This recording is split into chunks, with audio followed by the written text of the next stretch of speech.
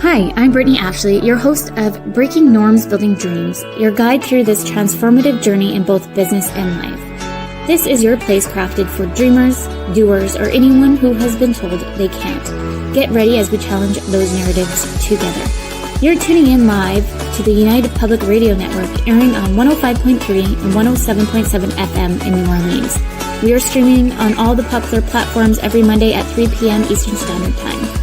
Join me for a candid and thought-provoking conversation celebrating your unique journey because you are worth it. Hello, everyone. Happy Monday. We're pre-recording today. But with that, I'm super excited to finally have Annabelle on the show. We've tried to do this a few times, so I'm happy this is working out today. Me too. For those just listening, I'm Brittany Ashley, your host, and you're listening to Breaking Norms, Building Dreams. And we are pre-recording on United Public Radio Network and UFO Paranormal Radio Network on 104.3 and 107.7 in New Orleans. Get ready to escape for the next hour with Annabelle. Annabelle, again, I'm so excited. For any of the pre-listeners and all the things, you've probably seen some promos that I did have for Annabelle to come on the show a few times. There was tech issues, sicknesses, all the things. So we're doing it. We're making it work today. Yeah, we're here. We're finally here. It's going to be great. This is the right time. Yes, it's a perfect time. The sun is shining behind me. It's a perfect time. I'll just do a little introduction on who Annabelle King is. Annabelle is a brand and marketing consultant and founder of I Like Storytelling and the Mindful Marketing Retreats. Annabelle builds brand stories that grow businesses. Over 20 years, she's been uncovering brand stories for global brands, local brands, and recent years for people who are on the fence of their business. She develops bespoke processes to help uncover the unique value of brand and people offer and tune into a compelling brand story. I'm so excited to have you here. Nice. So the personal branding is for people who are the face of their business. Yeah. Which we'll dive into, what is a personal brand, all the things, because I do think that kind of gets kind of mixed up a little bit. But yeah, maybe you can share everybody about who Annabelle is. Yeah, well, as Brittany mentioned, I build brand stories that grow businesses. So I uncover the unique and compelling stories that customers care about that attract them to brands. So that's products, services, or experiences, or to people. So if you're the face of your business, like if you're selling your expertise, then you are the brand. I also... I build the strategies and I do it through consultative processes, but I also facilitate strategy development a few different ways. So that's where I guide people and teams to build their own strategies. So I have a series of online courses where you can build your own brand strategies with my courses or marketing plans.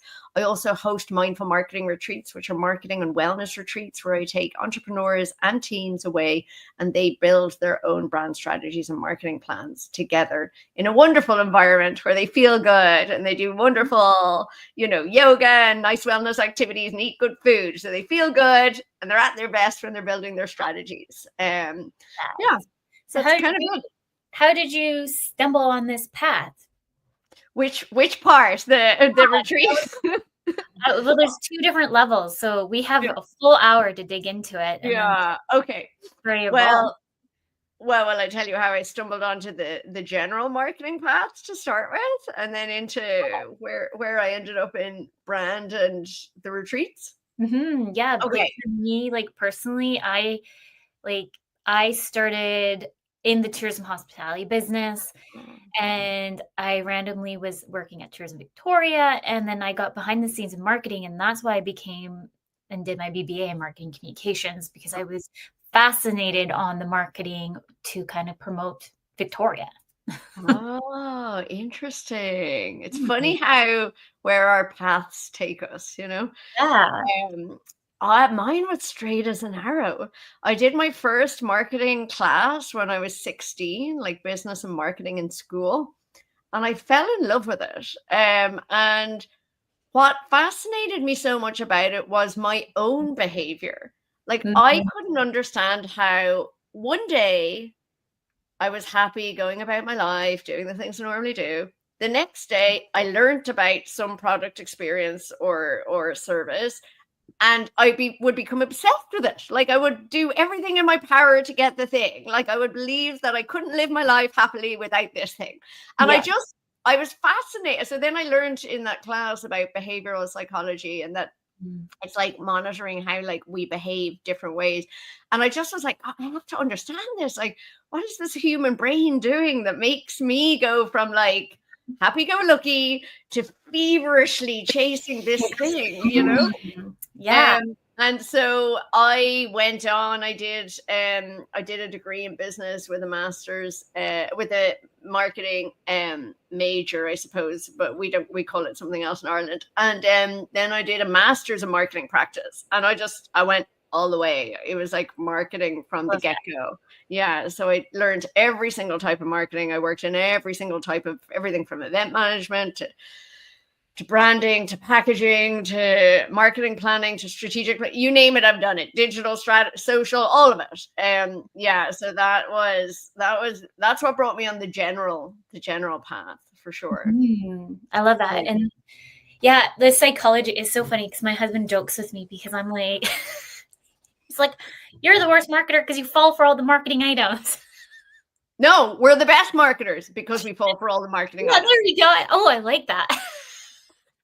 Because I like even like the little things, I'm like, oh, I like that, and I'm like but I go down the road too of research. So yeah, I'm like, why do I need X, Y, and Z? Like, I probably research a little bit more than sometimes the average consumer, but I get like, when you're in those lineups and they have product all around you, which is smart marketing. So you can put it in your basket. Like, I'm like, no, don't look. Blinkers on.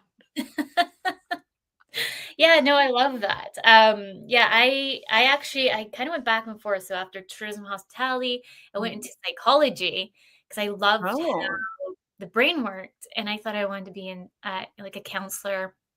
At the end of the day, it kind of all falls together. Yeah. And then I realized that I had to do like so much more schooling, even though on me, we still did the same schooling that would have been for psychology, but I kind of end up falling back into the business. And then I really dug more into the marketing and doing like the BBA work, but then I fell more into the tech side of things. So it's like full circle in a way. Yeah, well, yeah, they're not mutually exclusive. So the market, especially when you run your own business, like, you go in with, I always say, like, I'm the talent, like I make the marketing, but I'm also the entrepreneur who is looking to build a business that can be successful and profitable. And I'm also the manager who has to make the whole ship, the ship, like, work well. So, like, we kind of have to, I suppose, as entrepreneurs, managing our own business, we have to fall in between all of them at different times, which is a lesson I keep learning in business, because I want to just lean into the talent side and make the thing, But it's interesting how we both kind of came down the path of the brain side of marketing. It's like, why do we think the way we do? Why do we have these obsessions? Why do we have these attractions? And, all marketing falls into two camps. One is a change in the mind or a change in the body. So like the change in the mind is a change, you become aware of something, your perception changes about something, you learn something new, but it's something that, where you're, processing information. And the change in the body is behavior, like just taking an action, like whether it's buying the product, whether it's researching, whether it's, so it's really interesting, then building marketing plans where you're thinking of those two levels at all the different stages of like a customer journey. So I think that's, I spent 15 years working in big advertising agencies, lots of different types of marketing agencies, like digital shops, social shops, advertising. Like, so I really am multidisciplinary. Like, if there's any marketing problem, I can solve it. Like, I have just such a big toolkit. But when I opened my own consulting practice 6.5 years ago, the reason I decided to focus on brand strategy, and I don't just do brand strategy, I will still solve any client's problem, but in terms of just kind of choosing a positioning, you know, like what your hero offering is, for example, you know. Yeah. When I looked at all the strategies that I built, because I could do them all, I was like, well, I can't go out there and just be a jack of all trades, you know yourself, like you've got, the clearer you are, the easier it is for your customers to know you're for them. And so I figured, look, the most important thing is messaging strategy. Like, what, you know, if your brand isn't saying the right thing, nothing works. You can have a great marketing campaign, you can reach the right people in the right place at the right time, but if you don't say the right thing, it all fails. So that's why I ended up focusing on brand strategy specifically. And then I really went down a rabbit hole. Like, you know, I would say in the last 6.5 years, I can say with confidence I am an expert in brand strategy. And that's me still being a person who's humble and has humility and all that. And also as a woman, sometimes not always able to say what I'm good at. You know, we have all of these challenges to deal with. But I can say it because I've seen the evidence now. Like, not only have I built a brand messaging process 10 years ago when I was in an agency, but I built it for when a brand wasn't creating a logo, right? So it wasn't the beginning. So it was all about the messaging, and it was for Kinder Bueno because they were here in the Canadian market. And Kinder Bueno, I don't know if you know it. It's this weird. Okay, so do you know Kinder eggs? Yeah. Yeah. Okay. So Kinder Bueno it's one of the family of those Kinder eggs. Okay. It's a weird little bar from Germany that doesn't really meet the criteria of a normal chocolate bar in any way. It's like, it's got all these layers on top and wafer, and then it's stuffed with this cream stuff. It's like, but it's not like a normal chocolate bar. Okay. And people were like, Canadians were not sure, was it a chocolate bar? Is it a snack? Is it like, what is it? Like, nobody was like, people were just like not buying it because they didn't know what it was. So I built a brand messaging process for it. And it's funny because now when I look back, like, that was the beginning of a 10-year journey for me, because that process I've done hundreds of times now. And I turned it into a retreat where I guided 20 business owners to actually build their own brand messaging. I turned it into an online course at the beginning of last year. And so that's why I say, like, now I can say I'm an expert in brand strategy, because, like, I've broken the process up. I built it, broke it up, turned it into another process where non-marketers could use it. I was like, if you ask me any question about brand strategy, I could definitely answer it. So yeah. Do you because you have like two different areas. Maybe we can talk about like your storytelling process a bit more, and just sharing kind of the behind the scenes and the vision that you hope to bring too. Yeah, well, I'll talk about the vision afterwards. Yes, I mean, my ongoing mission always is to build brand stories that grow businesses, but also to build brand stories that help companies connect with their customers. You know, everything I do underneath, connection is what's driving it. I do not want to see any more crappy marketing in the world, where none of us need to see that stuff. We need to see strategically thought out good messaging that creates good marketing that we care about, you know. And so, you know, how that looks has changed over the years. You know, many years ago, Saatchi and Saatchi called it like a brand love process. I've learned a lot of big global agency processes. So like brand love is one of them. But yeah, so my process, I learned a bunch of really like fancy pants processes, like the brand love process from Saatchi and Saatchi, the TBWA global disruption process that like finds opportunities in the marketplace to create innovative, never thought of before products and services. Like, it's very cool. And I learned all of these processes and I applied them many times. But when I built my own process, I made it much simpler, because there's a lot of excessive stuff. Yeah, I was going to say a lot of faff in the agencies. You know, they're trying to sell all their time, and they're trying to, you know, what my strategies used to go for in agencies is like, were insane amounts of money. But the other problem with it was, if you get a big fancy pants brand strategy from an agency, like, the client can't execute it afterwards. they have to go back to the agency and be like, can you now write me some copy for the website? Can you now do this? Like, so the strategy would be a guide for sure, but nearly like a bit too complicated for a client to understand, or just activate themselves without support. And to me, that was a fail. Like, it was a fail because any strategy you should build, you never wanted to be a shelf stackers strategy. You never wanted to go on the shelf. And that's what the big consulting global companies, they make these fancy pants 300-page presentations, and then clients don't know how to implement it. So my process is much easier. What comes out the other side is language you can use right away. Like, a client can use it themselves. They can go build their own website if they want and use the language that's in it. Or they can brief a creative, if they're doing something more higher production. And also, when I looked at all in the terms of the process itself, when I looked at all of the things that all of those big processes looked for, they really still all came down to 3 things. And so I just made it much simpler. Your key brand message, whatever that is, needs to be something your customer wants or needs, something that's unique in the marketplace, and something your brand can deliver. And it has to be, it has to be those 3 things. If you add too much, like, it's hard to it's only like, at the end of the day, that's what I say to clients, it's a line. It's one line. We can only put so much meaning into one line. And there's that old adage of, like, if you throw a tennis ball at somebody, they can catch it. If you throw 5 at them, what happens? Like, they can't catch them all. Do you know? You're saying, I just did like a quick review of a documentation of like what an agency did. Our clients paid a pretty penny for this, and I'm reading through it. I'm like, and it's 15 brand value words of who they represent. I was like, so 15? Yeah. Where are they going to get those 15? I don't know. And I'm like, can we maybe make it 3, force pushing it? Like, Yeah.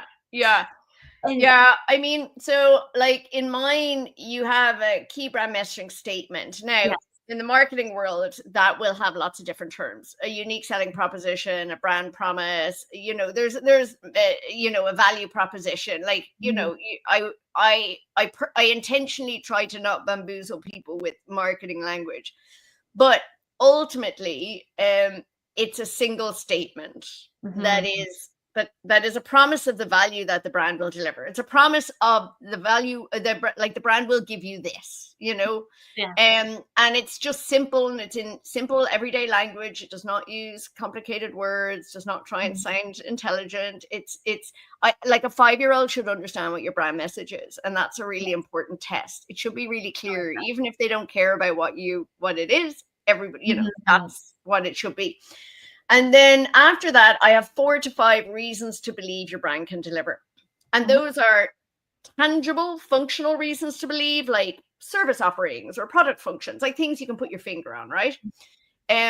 Or those are, or like, if you use this, you'll save X. Like, that's a tangible thing. It's a saving. And then the other reasons to believe are intangible or emotional. Like, if you buy this, you'll feel this way. If you'll experience, because we don't buy things for the functional benefits. We might think we do, but we buy with the heart and we rationalize with the mind. Like, that's actually what happens internally. We think we're thinking through it all and doing pros and cons and all this, and we might do, but normally we're actually doing that after we've decided we want the thing, which you'll know from your training as well, and so that's why, to me, emotional connection is so important, because that's actually what that connection that a customer has with whatever you're offering, or you as a provider and your reason for doing it. Like, that's actually what drives, like, the connection drives the purchase. You can give them offers, you can change the time at which they purchase, you can give them lots of reasons so that they can rationalize it. But they feel connected to it first, and they believe it's going to make them feel a different way, you know what I mean, or bring a different benefit to their life, Yeah.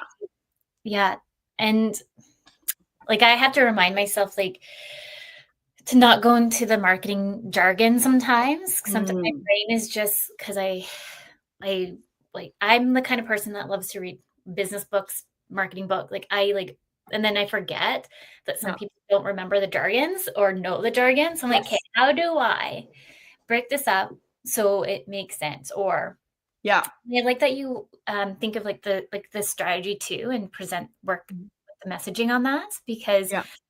I find we get a lot of clients too that come to us being like, oh, we want social media help. And it's just kind of like, well, do you? Yeah. Well, listen, and when those clients come to me, I'm like, sure, let's look under the hood and see what's going on. And I'm like, you need to fix your messaging. Like, because it's always the foundational thing. If you're not saying the right thing, it doesn't matter whether you make better social. If you're not saying the right thing, it won't work, you know. Or just clients who think they know the answer to the solution, and hey, sometimes they do, but it's when you're on the inside and it's your business, it's very hard to see what all the options are. You know, that's why you go to an external consultant like yourself. That's why you look for an outside opinion where it's unbiased, you know? And I like reaching out to individuals like you to get other input, because I'm just so like, I have ADHD, so I go like 100 miles a minute. And then sometimes when I'm like thinking for myself, like, I don't know, because I'm just so close to it. I need outside opinions. But if you came to me to ask me X, Y, Z, I'm like, I know I can figure it out. Yeah. Figure it out. But for myself, like I joke like I'm my own worst client. Though this year I'm practicing into that funnel of I'm going to be my best worst client, and how do that's a great idea. Yeah, that's a great idea. And so going back to that, some of the individuals that came to us about social media, like, so I know there's a lot of people promoting marketing wise, like, you just need social media, you just need X, Y, and Z. But like you're saying, sometimes it comes down to the messaging, and it's not just social media too. Sometimes you're going to find other areas that you can put your money, that you're going to see those return on investments. So this one particular company, they let go their social media person and they came to us, and we did like a full-on marketing strategy planning inside and out. And we're not even doing social media right now. We're doing like email funnels and all these other things. Because their return on investment right now was more on just sending out one newsletter. So sometimes like you go talk to Annabelle, all the things. But yeah, maybe we can dig in on like personal branding, because I feel that everybody kind of gets stuck a little bit there. And I like to talk to people that your brand's always evolving. So I know who I am now. Been doing this for 6 years. When I first started, I was like, I don't know what I want to do. I want to be a VA, which now turned into this year. I've realized I'm a lot more of like a business consultant / doing like all the things. And that's what I thrive in. And so my messaging is going to look completely different from day one to 6 years. And it should. And it should. Do you know what? I just got off a call before this because I'm doing some research with people on personal branding and what they think it is, and I'm doing it because I'm being a good brand strategist, and I'm going to build an actual brand strategy for my personal brand strategy course business.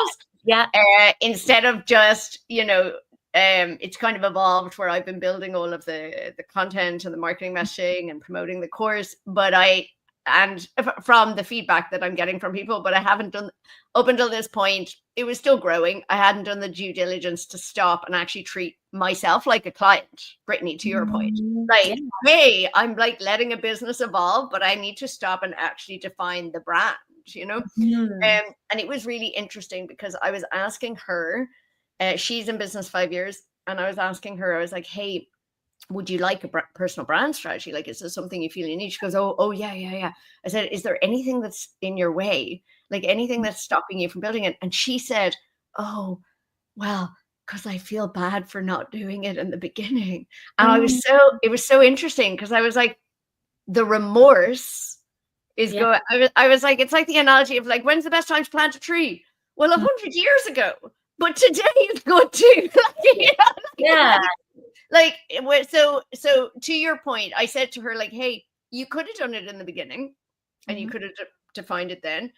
But, 5 years in business, you would come back and redo your brand anyway, because remember what I said there about like, you know, so when it's a regular brand, not even a personal brand, because there's another element to that, but like what your customers need and want, what's unique in the marketplace, and then what your brand delivers. Like over 5 years, think about how all of those things can change. Like your customer needs and wants now are different than they were pre-pandemic, like night and day, right? So if you had a brand pre-pandemic, you should definitely have revisited it to ensure that what you're saying is still compelling.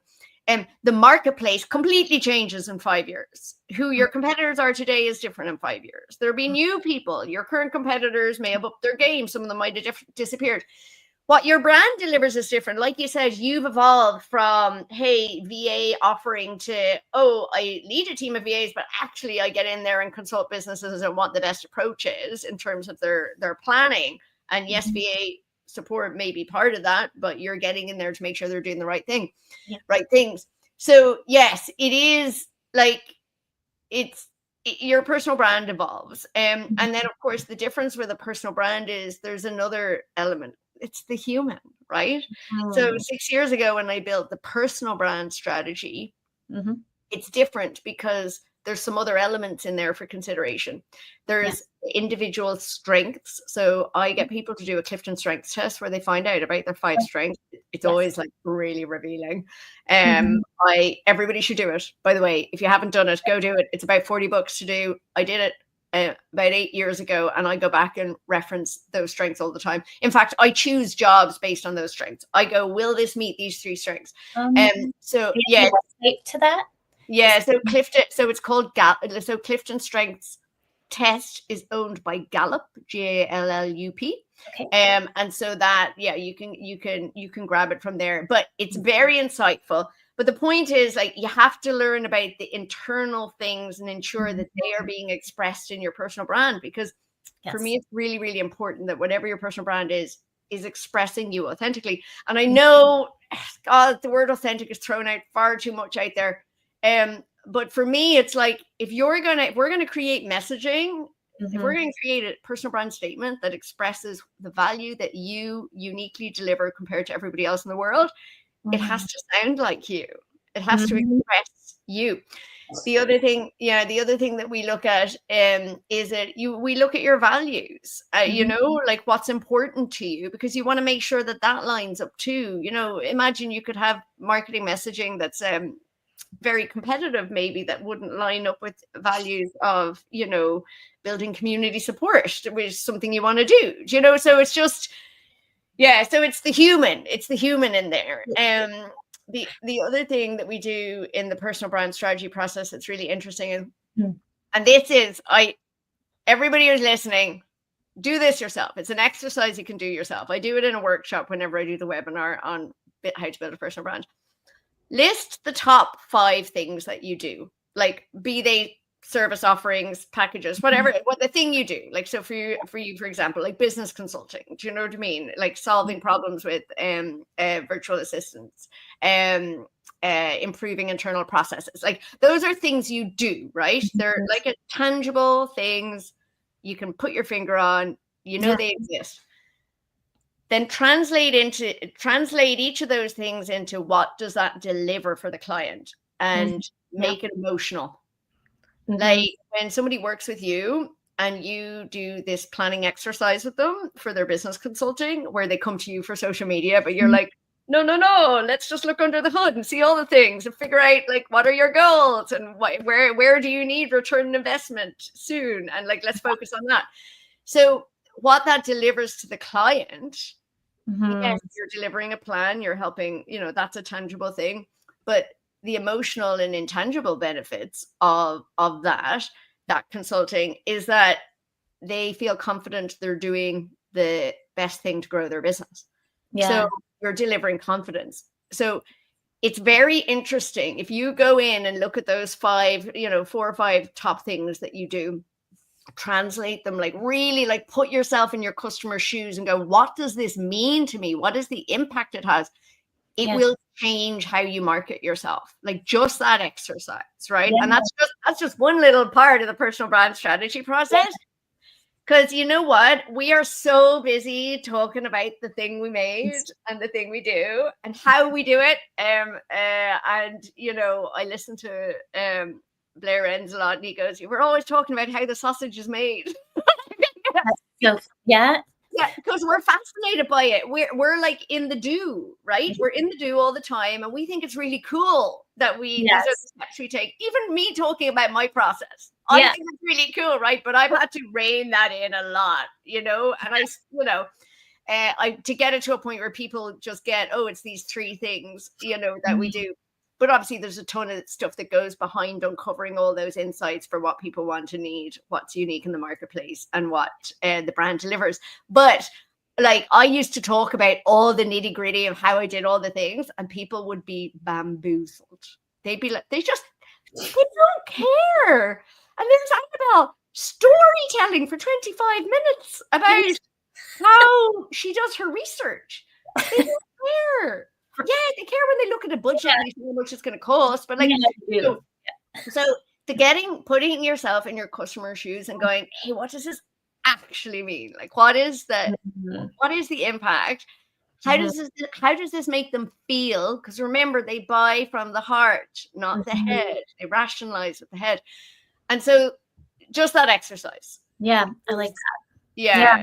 And I feel like, just so anyone listening, like I've been on such a journey, like I'd say inside out kind of journey of like business/personal. And so like the one thing though that has always been true is helping business owners to really understand like why they're doing what they do and how we can best like make sure that they're feeling comfortable too and understanding some parts of the business. You don't have to be an expert anyways, but like it made me realize, oh, like that brings light into my life. Doing that, like the different levels. Yeah. Yes, I do marketing, but I don't know if my ADHD superpower. I just want to be able to touch in different areas because it brings me so much joy. So your brand, your personal brand is always evolving. What do you think about logos? For personal brands? Personal brands, yeah. Yeah. I think sometimes they're appropriate and sometimes they're not. You know, I don't have a logo for my personal brand. I build brand stories that grow businesses. That's my personal brand statement. All of my marketing has that as a takeaway. Yeah. I'm always talking about whatever I'm talking about.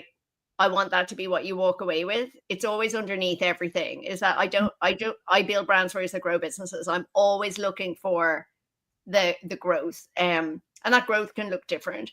Yeah, I mean, you could imagine that you could take that statement, and I've had people that I have built personal brand strategies for, and I've had people who've done my course that have taken their personal brand statement and they've used it as a brief to build a logo. And I think that's a good idea. Or they've used their personal brand statement as a tagline to a logo, to a more kind of, more kind of ambiguous, beautiful icon that's designed for the, like a design element. So yes, you can do it if it feels appropriate. I would say if it adds value, if it helps express it more, then sure, go for it. But it's not necessary, Now, for me, my personal brand, like my company brand, is I like storytelling. So I think it would be confusing if I then had a like a logo. Do you know? I think it would be, and how would I put those logos together? That would be a bit of a competition. Yeah. But then also, I like storytelling. Like when people come and buy consulting from my practice, even though there's me and there are some other strategy consultants that work with me, it is still my expertise they're buying. They know the team are there and the team can support, and sometimes the team are running projects or meetings, but they know it's my expertise in the background that they're buying. So I suppose that's something to consider. Like, I wouldn't build a logo if you've already got one for your company, because often you'll have one for your company, but if you don't have one for your company and you are it's your name, you can build a logo with your name if you like. Do you know what I mean? And put your personal brand statement as a tagline. So yeah, does it add value and, and help you express what you do? And will it be in competition with something else? Because remember, there's too many ping pong balls being thrown or tennis balls being thrown at people. You know, give them like with mine. If I gave them 2 logos, people would be like, "What? Who am I? Why would I go? When do I go to I Like Storytelling? And when do I go to whatever my yeah. So like creative dynamic virtual services, because I never say the full name because it's such a mouthful. Yeah. I created a logo a long time ago, and it's still true to what it is. I do speaking events or whichever. Like, I represent Creative Dynamics. I am the brand. Yeah. How I've positioned myself. But originally I was like, I just want the logo to be its own thing, not me. Don't, you know what I mean? Like, I would want it to be like, here's the logo. And then I want to go over here with just me. And then this year I just put it all underneath one umbrella. Yeah. And me more of the personal brand. So with that, who can't speak right now. Who do you think needs a personal brand? Is it small businesses? Who needs? So I'll say a personal brand strategy and a personal brand. Anybody who is the face of their business needs a personal brand. And what I mean by that is, if you are selling you and your expertise, you have to have a personal brand.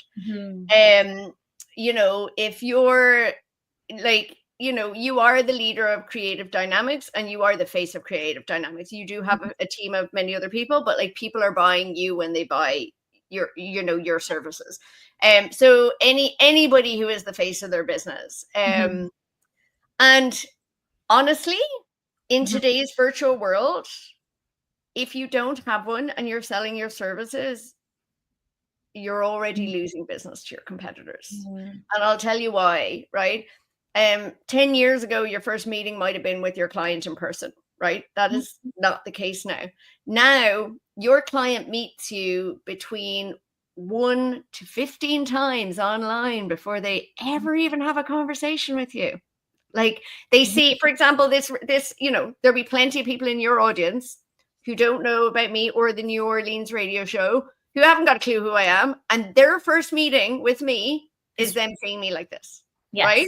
And then they might go Google me, you know, or they might hit the link here and they learn more. Think about how many more interactions can happen there before they ever email me or DM me to actually have a meeting in person. So at all of these points that people can potentially meet you, you need to make sure that there's something articulating what you do. So, like I've said many times, I build brand stories that grow businesses. It's what you're hearing me say now. It's what you're hearing me express in my message. It's what you're seeing on my LinkedIn. It's what you see when you land on my website. Like, it's on the signature of the email.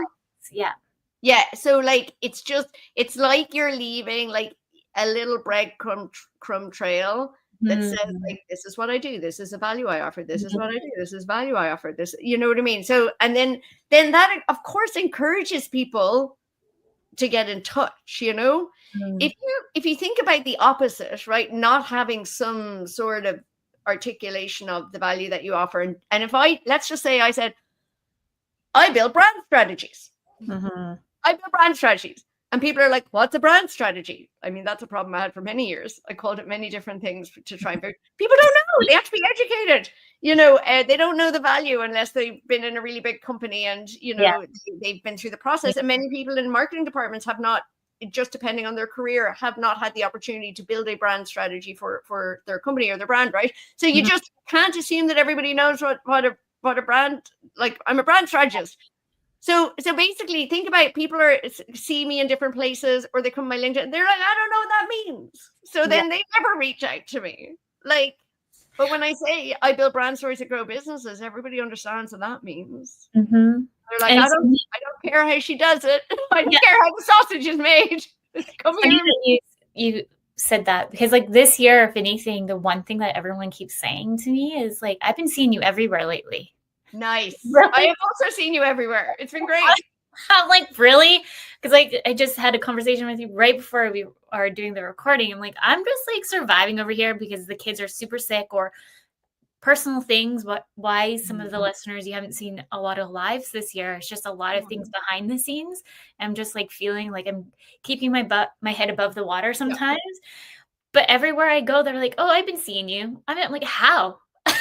You've had a good you have had a good visibility strategy. And I do know from our chats before, even last year, you were like, I've got goals. I want to do X Yeah, number of podcasts, X number of speaking events. And you did that work. And now there's a lot of content out there in the world as a result. that's true. Last year Yeah. I went hard, probably why I was super burnt out in December. Maybe this was my saving grace year, to be honest, Wow. being like of the universe being like, you need to pull back a little bit because we know you.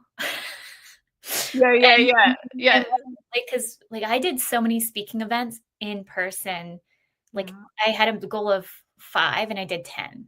I Which, think I caught your last one. Was it in November in Victoria? It was wonderful. You're a great speaker. well, Yeah, thank you're a you. great speaker. Yeah. And then Uh, I've been asked to do I got requested / I did the intake form. I was like, no one, they're not going to pick me.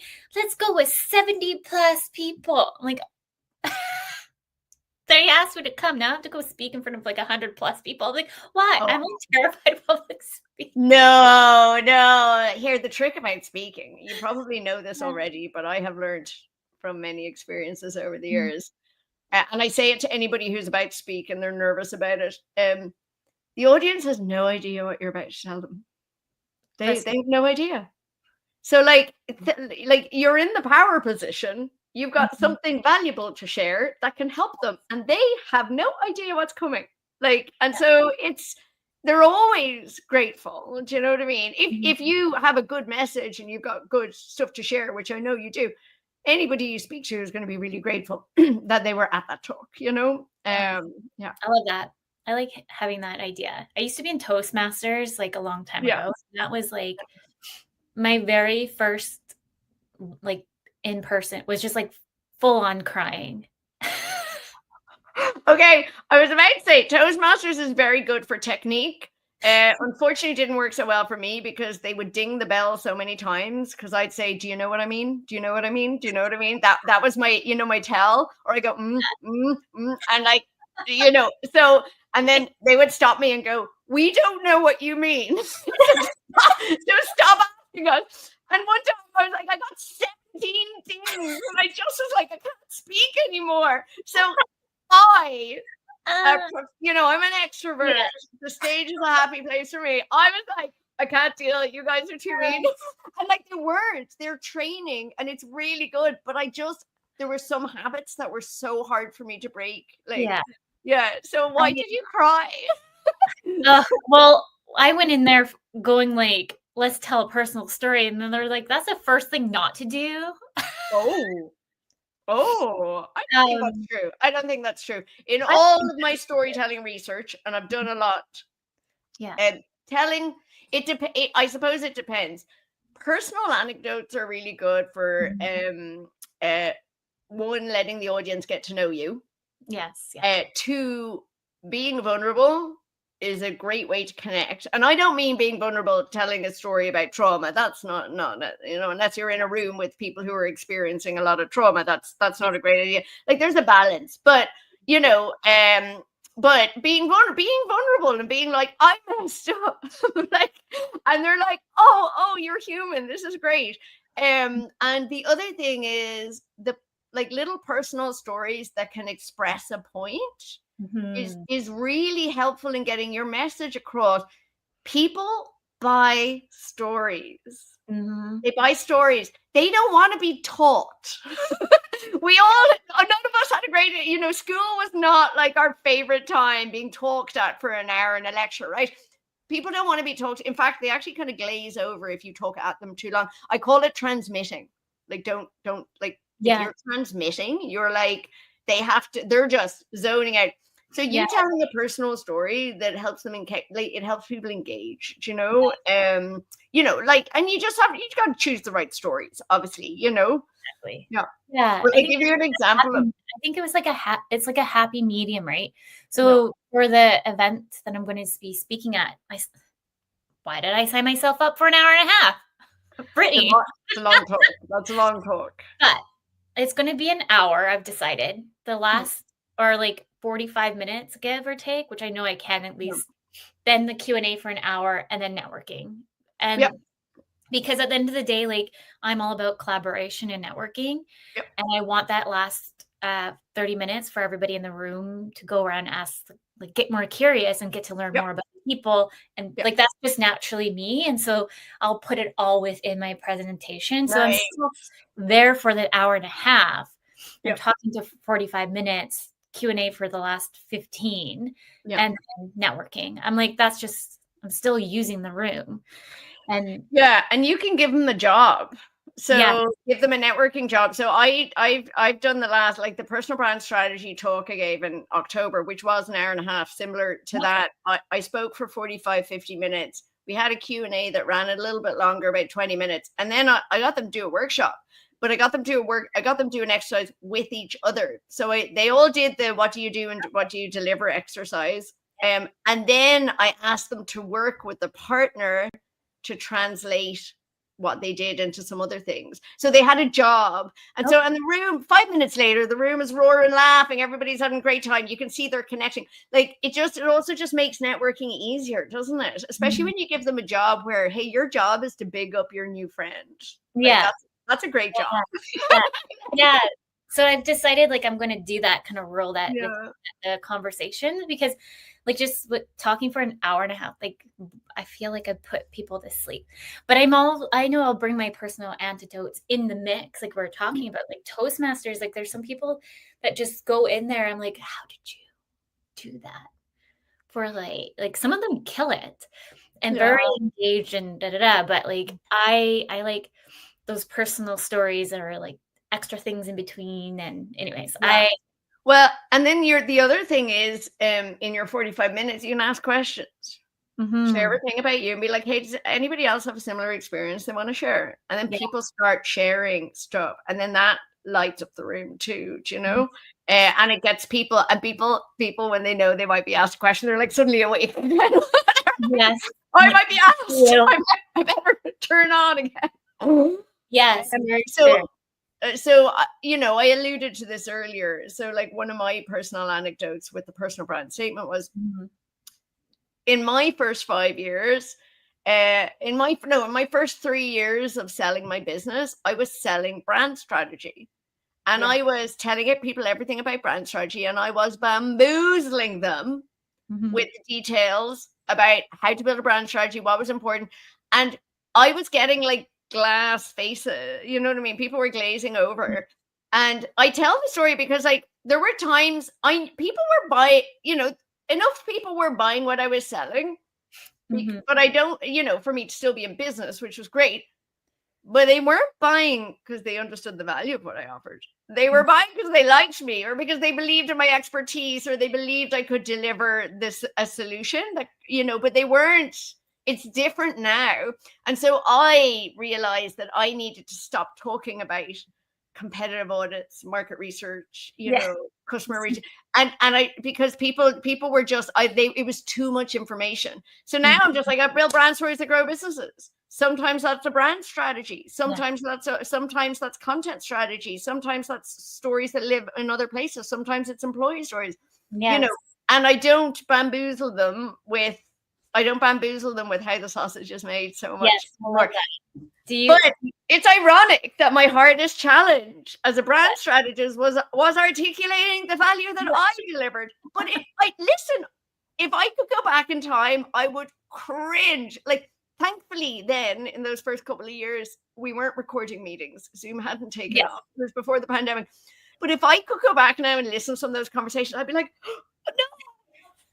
You don't know what you're talking about, and you're still talking, and it's 25 minutes later, right? So that's a person.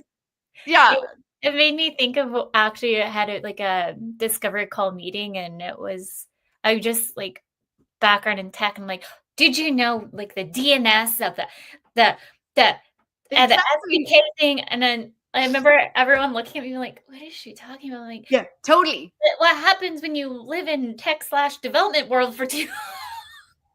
So you're right. So like same, except people expect it with tech. So I just expected that people were understanding me, but they weren't. Brittany. Like they weren't. Well, this was a discovery call of people not knowing what I was saying either. Because they said they had an issue and I just spitballed all the ideas of what the issue could probably be solved with. Not realizing that it was like just like glass over. Yeah. And so like what you're saying for the marketing personal branding piece.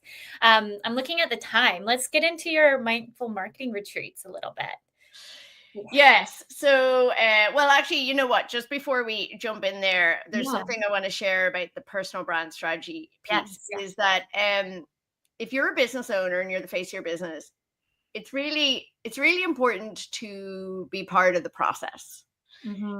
Because when you build a personal brand strategy, you learn so much about your business, you learn so much about your customers, you learn so much about the market. It's invaluable information that every business owner should have. But you know what? We don't have time to do that stuff.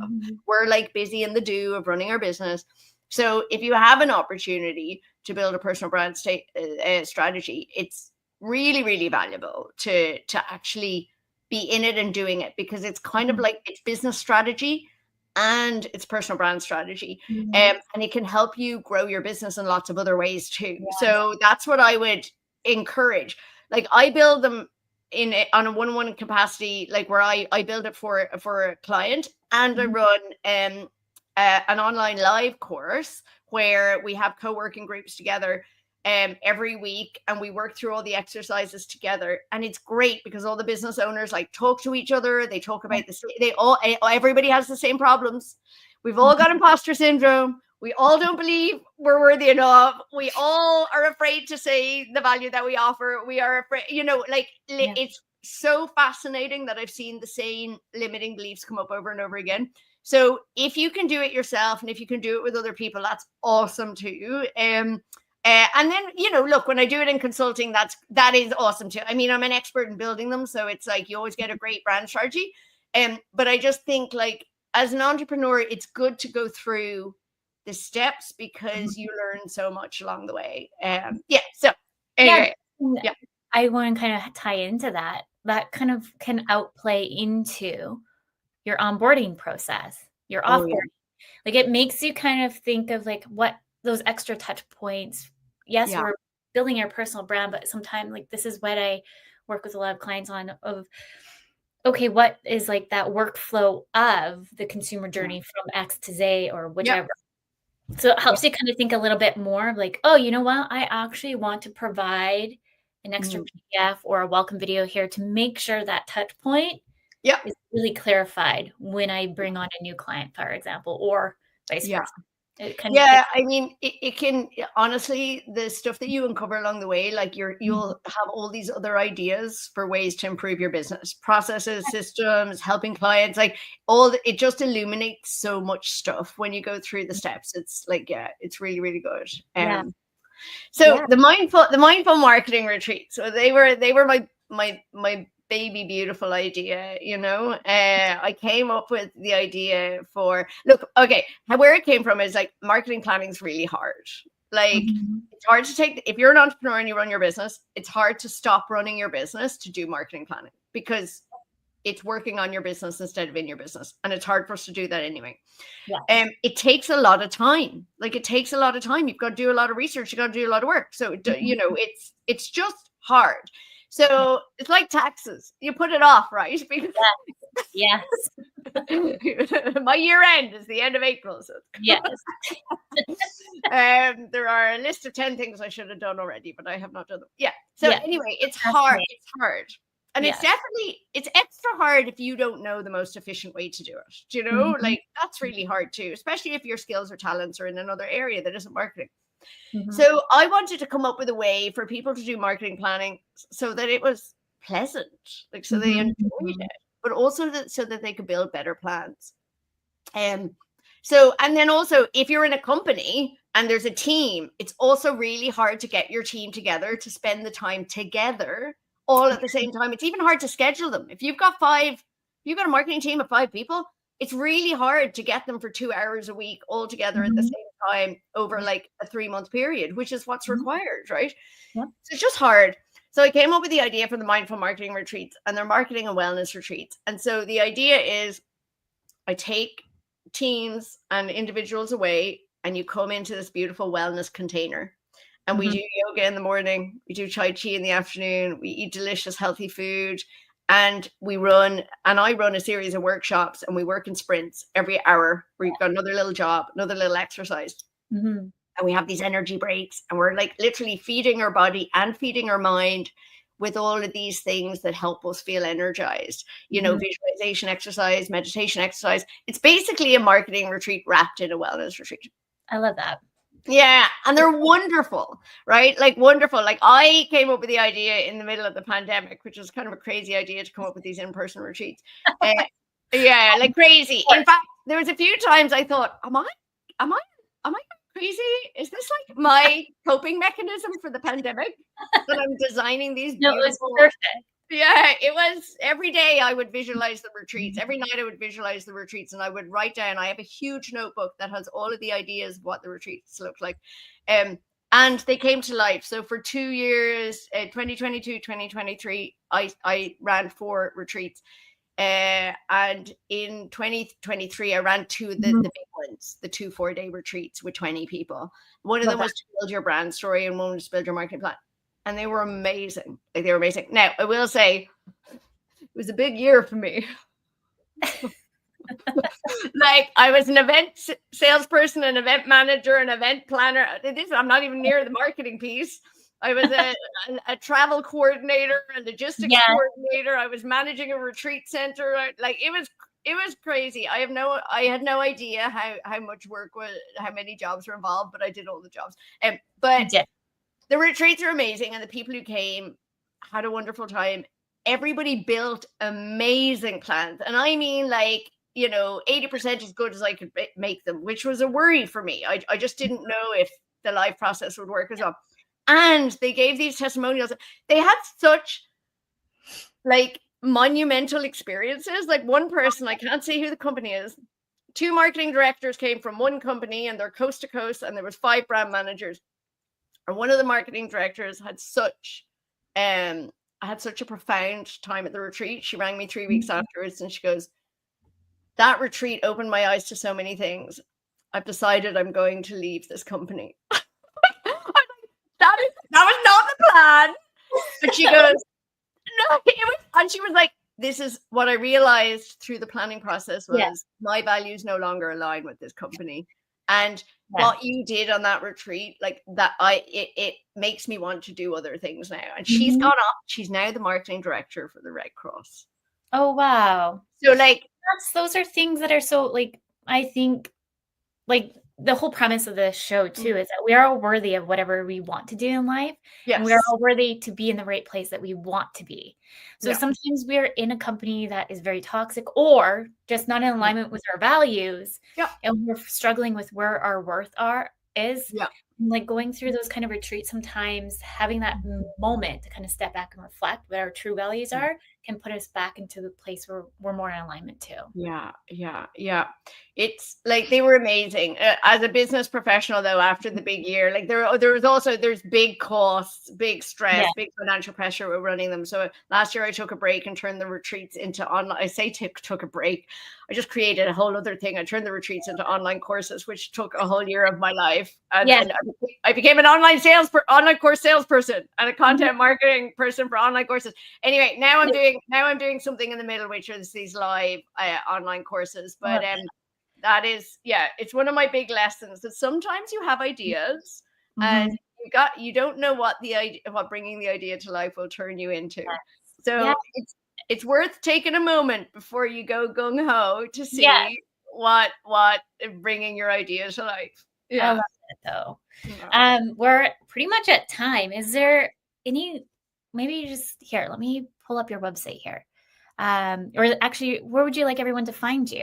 Well, so you can find me at ilikestorytelling.com. That's my website. You can also find me there on LinkedIn. I'll say if anybody's interested in personal branding, there's lots of freebies on my site. So go to the personal brand strategy page. You can download a bunch of things, including a mini course for free.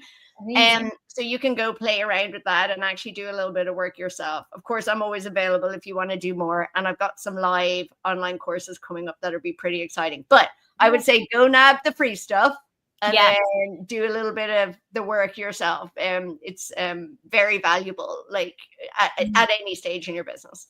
I love that. So you can, anyone listening can find Annabelle on LinkedIn. So it's ANNABELLE King, Yep. KING. And then the website is ilikestorytelling.com, just all in one word, for the freebie. So thank you so much, Annabelle, for coming on today. Thank you for all our listeners tuning in to Breaking Norms, Building Dreams, and a big thank you to United Public Radio Network and UFO Paranormal Network. Hopefully in a week's time we'll be live, so please come listen live if you can make it. Thank you, everyone.